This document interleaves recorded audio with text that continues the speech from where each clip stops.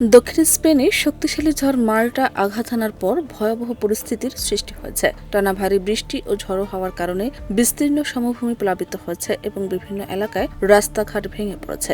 বিপর্যস্ত হয়ে পড়েছে যোগাযোগ ব্যবস্থা ও জনজীবন। স্পেনের আবহাওয়া দপ্তরের তথ্য অনুযায়ী ঝড় মার্টারের প্রভাবে আন্দালুসিয়া অঞ্চলের একাধিক প্রদেশে স্বল্প সময়ের মধ্যে অতি ভারী বৃষ্টি হয়েছে।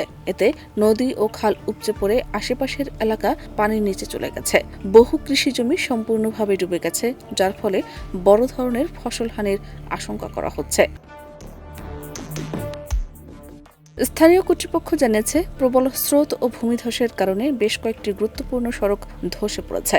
অনেক এলাকায় যান চলাচল বন্ধ রয়েছে এবং বিকল্প পথে চলাচলের ব্যবস্থা করা হয়েছে। ক্ষতিগ্রস্ত অঞ্চলে বিদ্যুৎ ও পানির সংযোগও বিচ্ছিন্ন হয়ে পড়েছে। ঝড়ের পর জরুরি উদ্ধার তৎপরতা জোরদার করা হয়েছে। ঝুঁকিপূর্ণ এলাকাগুলো থেকে বাসিন্দাদের নিরাপদ স্থানে সরিয়ে নেওয়া হচ্ছে। এখন পর্যন্ত বড় ধরনের প্রাণহানির খবর না মিললেও পরিস্থিতি এখনও নিয়ন্ত্রণে আসেনি বলে জানিয়েছে প্রশাসন। আবহাওয়া দপ্তর সতর্ক করেছে, আগামী কয়েকদিন দক্ষিণ স্পেনে আরও বৃষ্টি ও দমকা হাওয়া অব্যাহত থাকতে পারে। নতুন করে বন্যা ও ভূমিধসের ঝুঁকি থাকায় সর্বোচ্চ সতর্কতা বজায় রাখতে স্থানীয়দের নির্দেশ দেওয়া হয়েছে। শাহনাজ পারভীন, দেশ রূপান্তর।